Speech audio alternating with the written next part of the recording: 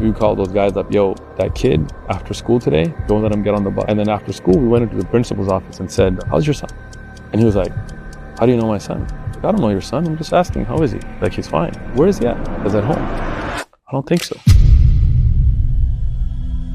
You know, and we weren't like selling little drugs. We'd go into Mexico, work with the cartels, bring like major stuff over. The cartels would use us as foot soldiers. So the cartel would call you.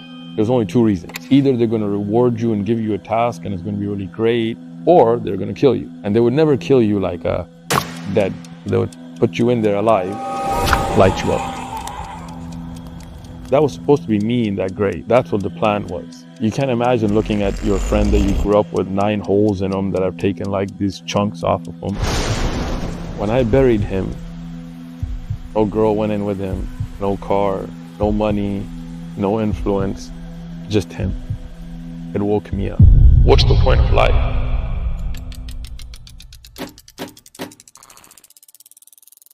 Assalamu alaikum wa rahmatullahi wa barakatuh.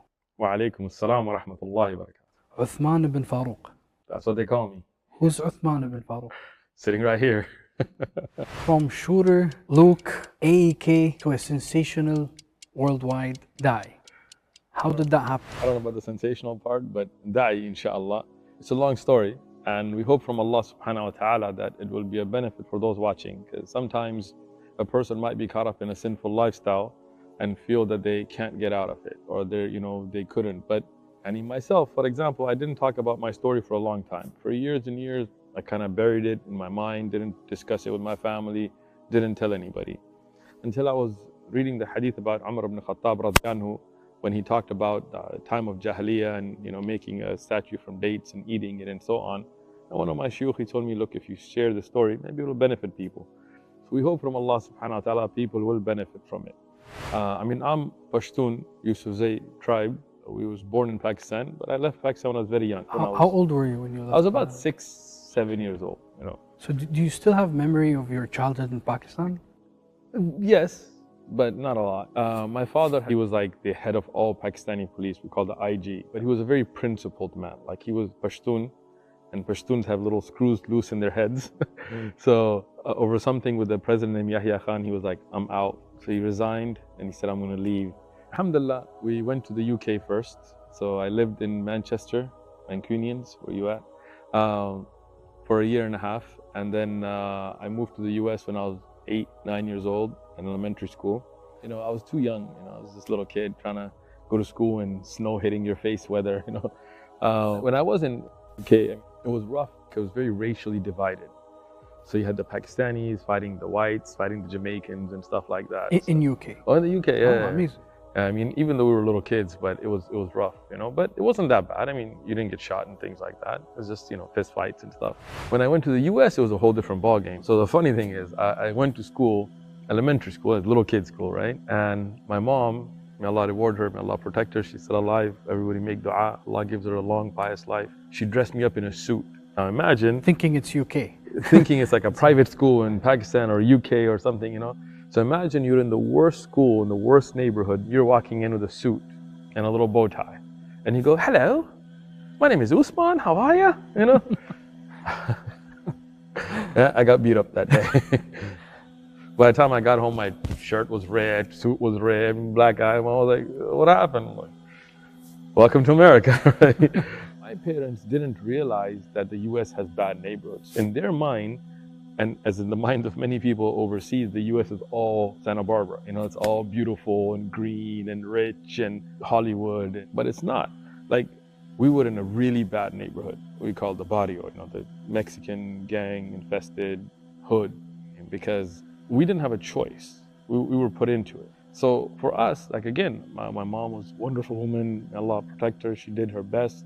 At the time she was divorced, her degrees in Pakistan were not recognized in the US, so she had to work 2 jobs. She used to work with 2 masters. Can you imagine? She was working as a Pakistani woman in a clothing factory, making t-shirts, and at the same time working as a security guard for criminals that were in hospitals. That was very difficult. May Allah bless her and reward her. She did that to provide for me. So I didn't have money at that time. And we used to wear those no-name band shoes and walk into school with, used clothes and stuff, and it was difficult. But I didn't care about that. To be honest, I didn't say, "Well, I want to join a gang so I can have nice shoes." Nah, we didn't have any family.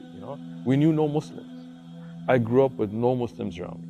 So spiritually, you weren't exposed to Islam No, much as... My family was very secular, right? Alhamdulillah, we were Muslim, so they were from the very elite, educated, rather secular class of Pakistan. My father went to the US to study in the 50s. He had a master's at that time. So we were not like Salah and Ramadan things. We were more like, hey, it's Eid, woohoo, Right, cultural.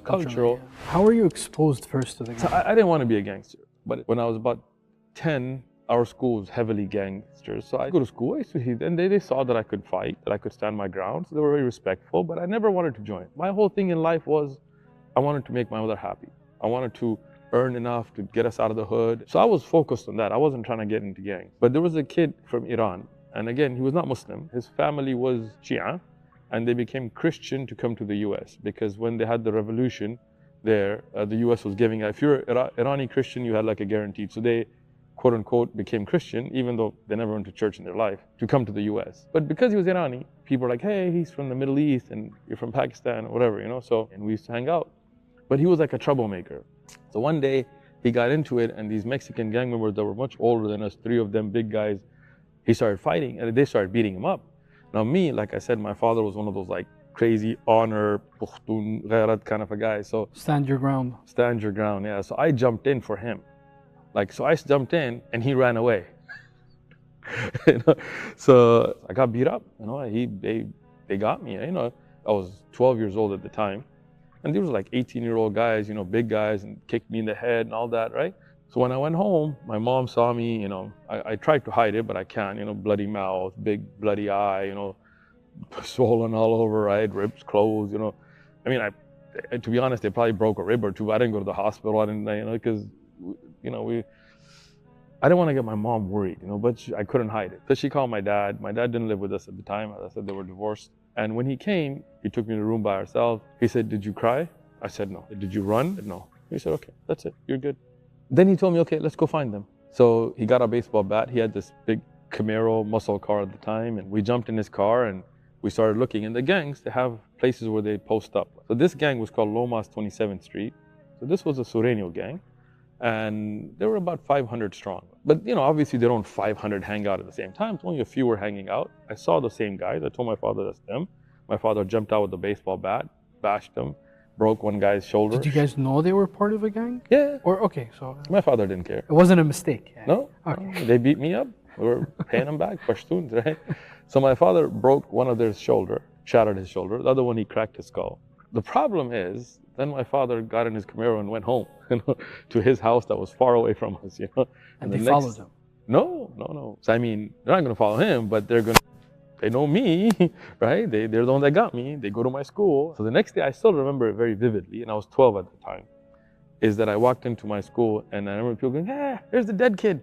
He's the one that's going to get killed today, because Lomas is going to come today after school and they're going to kill you because you just put 2 of their guys in a hospital, or your dad did, but you're the one that's going to pay for it, right? So one 12-year-old against 500 strong gang, numbers didn't look good. At that time, there was another gang called East Side San Diego. They came up to me and I knew them, I went to school with them, and they said, look, we respect you. You can fight, you stand your ground, we've seen you in school. You're going to get killed, but if you want, join us and we'll protect you. We're 600 strong, we can take Lomas on. You're with us, they can't touch you. And at that point, Uthman ibn Farooq had no choice but to join. Welcome to the gang's life. It's not like what you see in the movies, like you're like, oh, I want to be like that guy, I want to sell drugs. No, it's not a cool story. It's not. It's reality. And reality is that it was, death or gang. And I didn't really feel like dying at 12, so I took the offer. Do you pledge allegiance, or you do something like... there is a protocol. Yeah, so you get jumped in, which, depending on the gang, how they do it. Usually for Sureño, it's a 13-second fight, basically. Well, it's not a fight. I mean, like 10 guys will come and attack you, and you have to stand your ground. If you run, then you won't be in the gang, and you'll get them. You will get beat really bad. And then you don't get in the gang, and you get a beating like possibly would kill you. So they beat you really hard. Yeah. No mercy, nothing, just to see if you can handle this. If you can stand your ground, right? You don't want punks in your gang. But that's not it. Then you have assignments. So you consider what they call a peewee, like tiny locals. You just got in. So you get all the crazy stuff because the older guys have already put their work in. So they don't really have to do much. They just tell you, hey, go stab that guy, I need this kind of car. Go find it, steal it, bring it to me. So I was never really punked by older gang members because they had a lot of respect for me because I would always think through stuff. So I moved up very quickly in the gang world. And we did a lot of, I don't know if you like talking great in detail about things, but, robberies, and we robbed gun stores. And I was the one that planned it out. I was always the thinker. Mastermind. So even though I wasn't very old, I moved up quick. And then we had what was considered, in Arabic you could say shura, like these gangs don't have a single leader. It's not like a kingdom where you have a single emperor. They have shot callers, they have OGs, veteranos, but they'll be multiple and they'll work it out. So our gang had a leadership council, which was 13 people. And the 13 number is symbolic, right? But usually it was 12 because one would either be dead and they'd be replacing them, it's kind of crazy. And later I was one of them. How old were you when you reached a certain level? So this is about 15, 16. You were 15 years old, 16 years old? 15, 16, yeah. We're teenagers, yeah. We were burying our friends. If you're comfortable answering this question, so at that age of 15, 16, did you commit like crimes? Yes. We committed crimes every single day. Ranging from, so we had rules. One of the rules is no homosexuality. You couldn't kill women, you couldn't kill kids, you couldn't rape, you couldn't, all those were mamnu. Those are rules, red lines you couldn't cross. That was my next question in terms of their values. They had very strong values. When Islam came to Arabia, Arabian had Jahiliyyah. Yeah. Something maybe we can compare it to gang or anything like that. In that Jahiliyyah time, Islam affirmed certain Jahiliyyah values that goes hand in hand with Islam. True. Is there values from that way of life? For sure. So one of the things was, for example, if a particular gang member, and again, I want to preface this by saying that those may not be in place today. Once meth and crack and all those things hit, gangs became like chaotic. For us, at that time, this is late 80s, early 90s, the gangs had very strict rules. But I remember there was a gang member that we were trying to kill. And one day I saw him in our neighborhood, unarmed. We had him. But then he had his mom with him.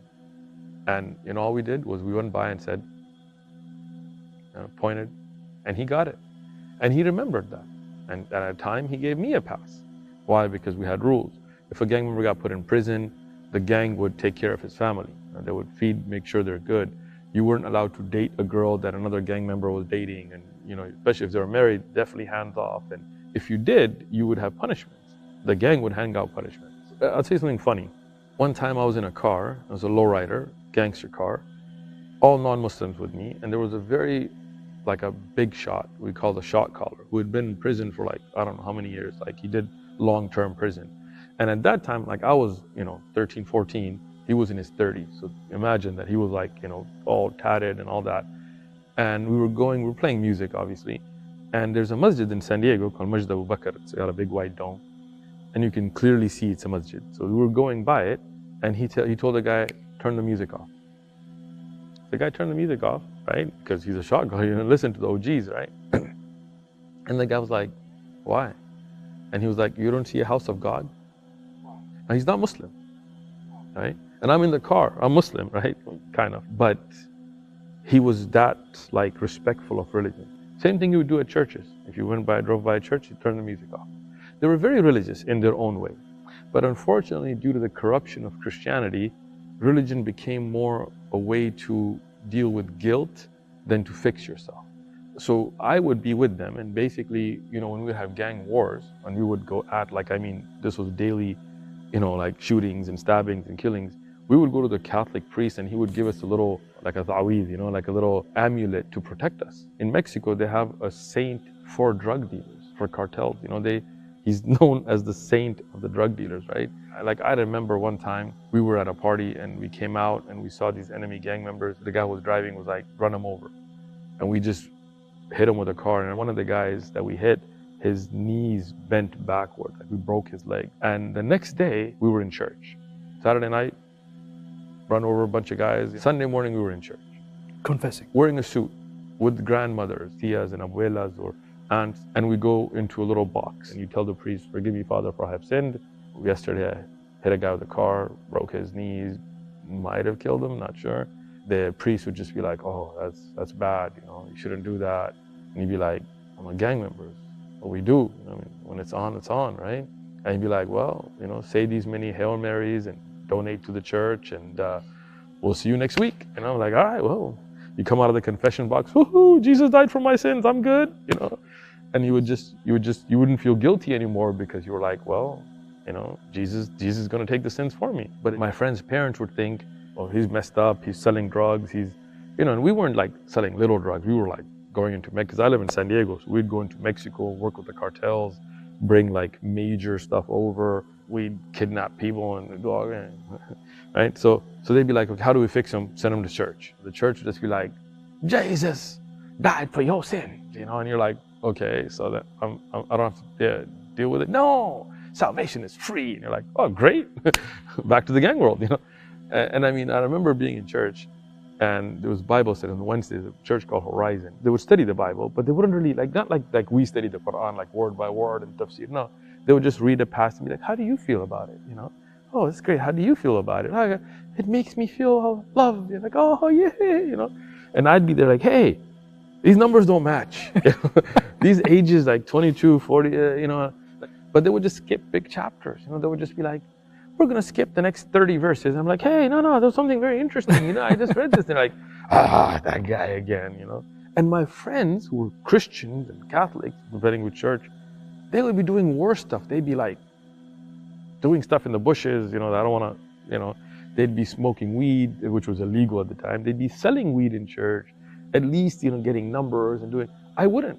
I would actually be reading the Bible and I'd get kicked out, you know. Why would the church always push you away, push you off? Because I ask questions. So? Nobody likes questions in church. Why? Because they don't have answers. Islam does. You know, because I would be like, hey, can you go to heaven without Jesus? And they'd be like, no, he's the stamp on the letter. You know, you can't go without him. Like, well, what about people before him? They believed in the word. Like, well, what word? Like, yeah, the word. I was like, oh, I mean, they believe in the word. They didn't believe in Jesus. And like, and then they'd be like, get out. Like, people think I studied the Bible to debate. I didn't. I studied the Bible to learn. I mean, at that time, was the birth of Sheikh. That was the birth of the debates, right? I went to Catholic schools. I went to Protestant schools. I went to all kind of youth groups. I went to Sunday church. I mean, there were priests, the Catholic priests that used to help us in the gang world. You know, like if we had some things to hide, sometimes he'd be the best one to keep it secret. You know. Was there a specific moment or an epiphany that happened in your life during that time that made you change the way you're thinking in terms of what am I doing in this world? Yes. Where am I heading? Assalamu alaikum. Have you heard of the double effect? If we have 1,000 viewers for this video and every single person shared that video to someone, 2,000 will become 4, 8, 16, 32, 64, 256, 512, 1 million view. Prophet Muhammad sallallahu alayhi wa sallam said in Musnad Ahmad, "Ad-dal al-khair kafa'ilih." The one who directs you to the good action is the same as the one who does the action itself. So subscribe to the channel and click the bell icon and make sure you share this video. Now let's go back to watching the video. Was there a specific moment or an epiphany that happened in your life during that time that made you change the way you're thinking in terms of what am I doing in this world? Yes. Where am I heading? So the gang world is not like movies, like bang, bang, and then you're like, still living. So, you know, I had a friend that got stabbed in the heart with a screwdriver in front of me.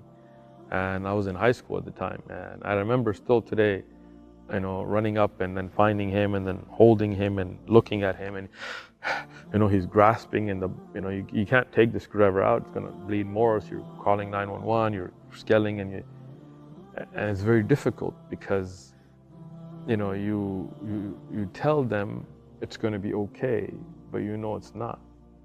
You see That him was your dying. friend, your brother. That was somebody I grew up with. I tell my kids, today kids, their biggest issue is like, oh, the Wi-Fi signal is not strong enough. I feel depressed. And we'd walk into school on Monday morning and be like, what's going on? And they're like, oh, your friend just got his head cracked open. He's in the ER. And you're like, oh. I can't tell you how many funerals I went to of my own friends growing up. And this is, if you look up the late 80s and early 90s, Southern California was like a war zone. My middle school, Wilson Middle School in San Diego, had a drive-by. Middle school, that's 6th, 7th, 8th. We're sitting at lunch and they had a metal detector. That many kids brought guns and knives to school. We had to go through a metal detector to go in. We had a police officer, middle school, 6th, 7th, 8th. We had a police officer assigned to our school all day. That's his whole job every day that he was there. We had that much crime on campus. So that's funny because, sometimes you go to like the UK and they're like, we got knives, and you're like, oh no, you're gonna cut a sandwich for me, or you go somewhere and they're like, oh, this guy, he got punched, like, oh.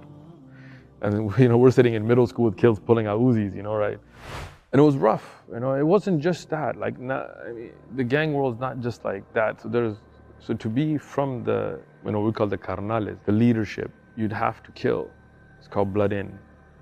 And once you get to that leadership council, you cannot leave. Blood out.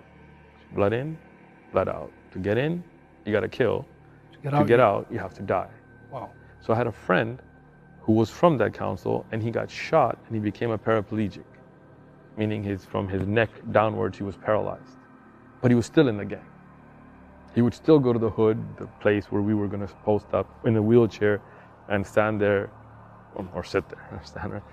And he would still be part of the gang. And later he got killed because there was a drive-by and everybody could run, but he was paraplegic. He got shot. So he got shot, became paraplegic, and then later got shot and died for the gang. So what is that incident? There's so much. That's one thing, right?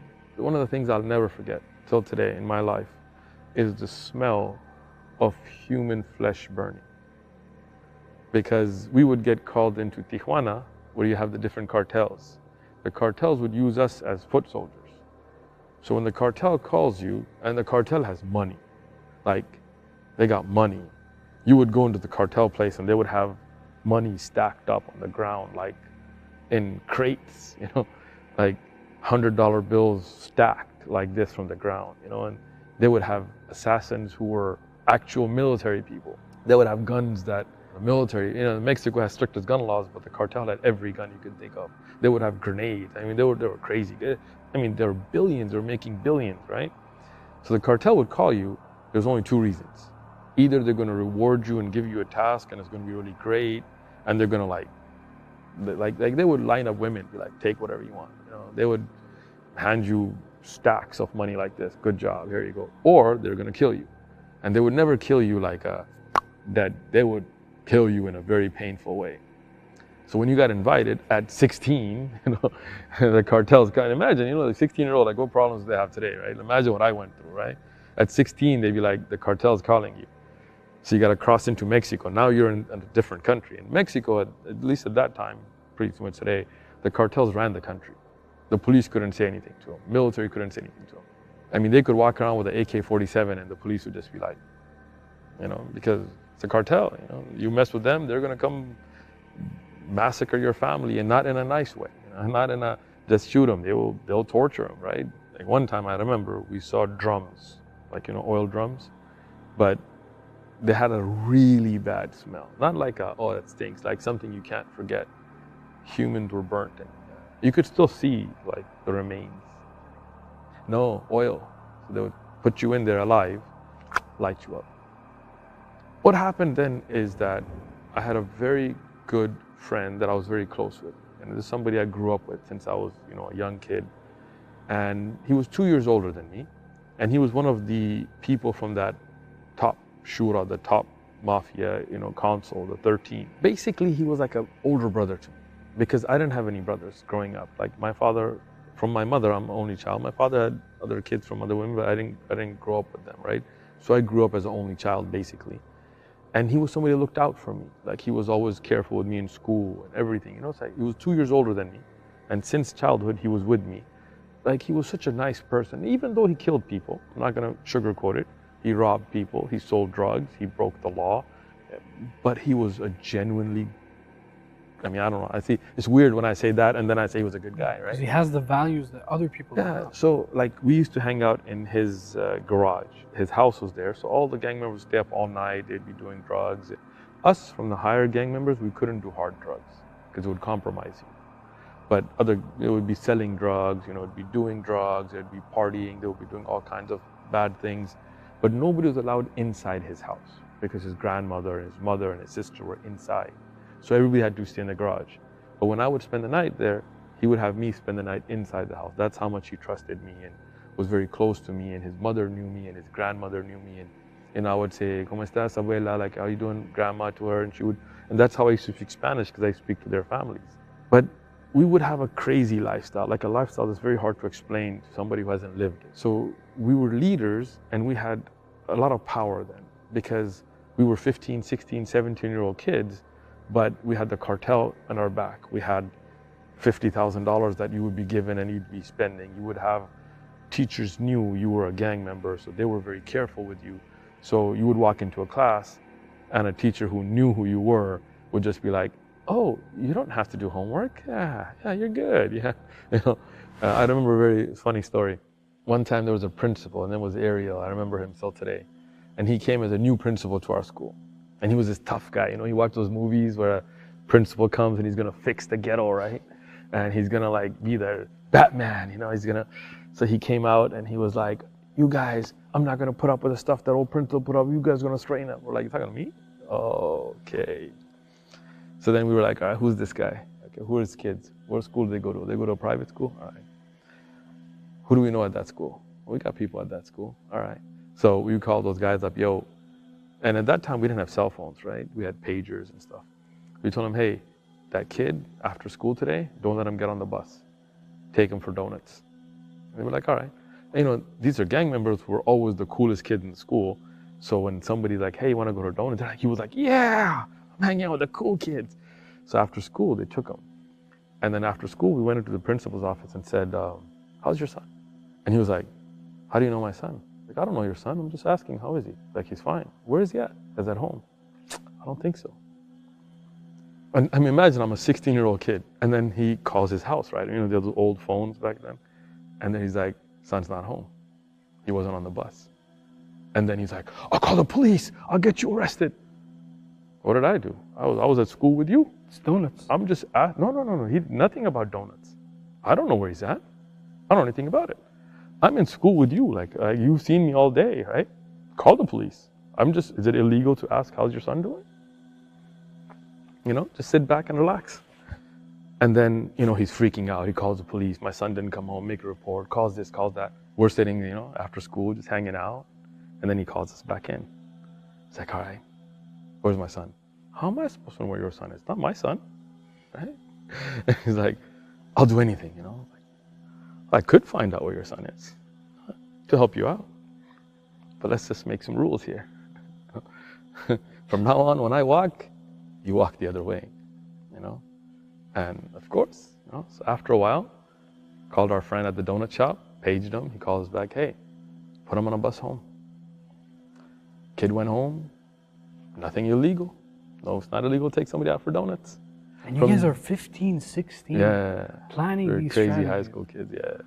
We did crazy. We robbed gun stores by, you know, some crazy ideas. But I don't want to get into all that. So imagine that power, right? Like we would go into a class and you'd tell the teacher what grade you're going to get. There were teachers we'd buy them off with weed, like drugs. There were teachers that we'd threaten. Teachers that we'd be like, we know where your kids go to school. Teachers that we'd be like, we know where you live. You know, there was a guy, he was a coach, you know, and he would mess with young girls and that was against the rules. So we invited him to a party and he was like, oh yeah, young kid, I'm gonna be the cool young crowd, you know. Came, there was no party. He walked in the door, stabbed him in the neck. Didn't kill him, but he got the point, right? So now, next time he sees you in school, you know, he's like, so girls would be very attracted to that, even though it's not your looks or whatever, just with the power that you would wield. So these girls would like meet you and they'd like give you the number and they'd be like, anytime, whatever. So one time on a Saturday night, you know, my friend was like, hey, what are you gonna do? I was like, I got this number, I'm gonna go. And I was like, but I got this other number, so I don't know, you know? So he was like, well, give me one, you take one. I gave him one, I took the other. And he went, and there was a payphone, he picked it up, go there and you would call for her to come out. And instead of girl, guys came out with guns and many bullets were fired, 9 hit him, you know, through the hand, through the chest, through the stomach, and shot him in the head, kind of 357.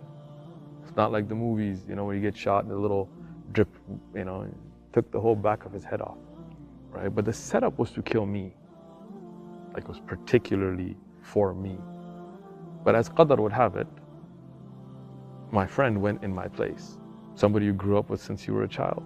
It's not fun and games, right? You can imagine somebody getting killed in a car crash or somebody dying from whatever disease, but you can't imagine looking at your friend that you grew up with, you know, 9 holes in them that have taken like these chunks off of them, you know. It's rough. And that day, when we went to bury him, it hit me. You know, like I got into this gang stuff not on purpose, but I gotta get out because what am I doing? If that was supposed to be me in that grave. That's what the plan was. Qadar of Allah is different, but you know, people's plans. Their plan wasn't to kill him, it was to kill me. So if Allah hadn't protected me, that would have been me. So when I looked at him being buried, I started to think, what's the point of life? Because we had money and we couldn't put them in banks. So you'd have them like stacks of money under your mattress or hidden in the house. You had like, you could like bust out 10 grand like nothing. So we had money. We had cars. We had this lowrider that's together. We had bought it together. It was like this 64 Impala, chrome, ready, rims, hydraulics, leather seats. You know, you could, amazing cars, right? Like for gangster cars. We had girls. I mean, he had 13 official girlfriends, let alone, I mean, the gang girls were, you're a leader, you could just be like, you. We had influence. You know, I walked into a school, people, as soon as they heard Shooter from East Side, which was also called Loke from AEK, so East Side is the gang, AEK was the crew for the gang, and right, it would just be like, whoa, you know, your rep would go ahead of you, right? You graffiti, people be like, oh my God, that's him, you know. But none of that went in the qabr with us. When I buried him, just him. No girl went in with him, no car, no money, no influence. It woke me up. Life's not about that. So I took a step back, started, okay, what's life about? You know, let's go figure it out. But I didn't go to Islam because that's not what I was around. Went back to church. I asked the preacher, like, you know, my friend got killed. Well, he's going to heaven. How's he going to heaven? Well, he believed in Jesus. Yeah, but like, is he going to be accountable for all the stuff? Like, am I going, like, if I get killed tomorrow, like nah, you believe in Jesus, you go to heaven. So all right, if I do really good, I'm still going to heaven. If I do really bad, still going to heaven. Like, if my friend who was in the thick of the gang world is going to go to heaven because Jesus died for his sins, then why would I change? That doesn't make sense. So I went to Buddhist temples. I went to Hare Krishna places, but no meat. I was like, that's not for me. I like meat. I went to a Catholic priest, and he was like, if you want to change, you know, you can try to be a priest, you know, get involved in this. And I was like, never get married, no women, forget that, bro. I don't like boys, I'm good. I went to Kingdom Halls, Jehovah's Witnesses, I went to Mormons, I went to Bible studies. I went to a Jewish synagogue, and they were like, yeah, nah, you don't want to be Jewish here. And I was like, no, I really want to learn. Like, nah, you don't. I was like, all right, I guess not, see ya. I went all these places and I couldn't find answers, but there was a Jama'ah that was there visiting my city they were ethnic Pashtuns like me, but I didn't speak Pashto really well. I wasn't around Pashtuns. So they ran into me and they were like, hey, we have this thing at a masjid. And I was like, all right, let me go check it out. When I sat down with them and I started speaking to them, and there was a Sheikh, he had answers. You know, like I would be like, what about death? He would explain what happens in death. What about the qabr? He would explain. He would be like, you were held accountable for your deeds on the day of judgment, but Allah is merciful. So if you make tawbah, if you repent, and this is very important because a hadith about the man who killed 99 people, it really affected me. Because a man that killed 99, that's gangster. And then he killed 100. But he could still make tawbah. Allah could still forgive him. Killing 100 people. I never killed 100 people.